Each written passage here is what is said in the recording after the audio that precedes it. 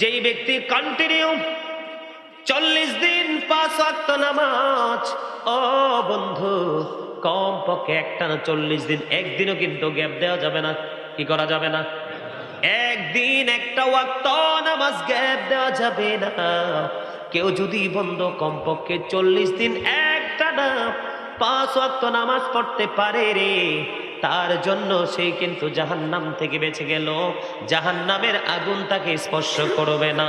আর 2 number হলো তার অন্তরে কোনোদিন কোনো নাফাকি স্থান পাবে না।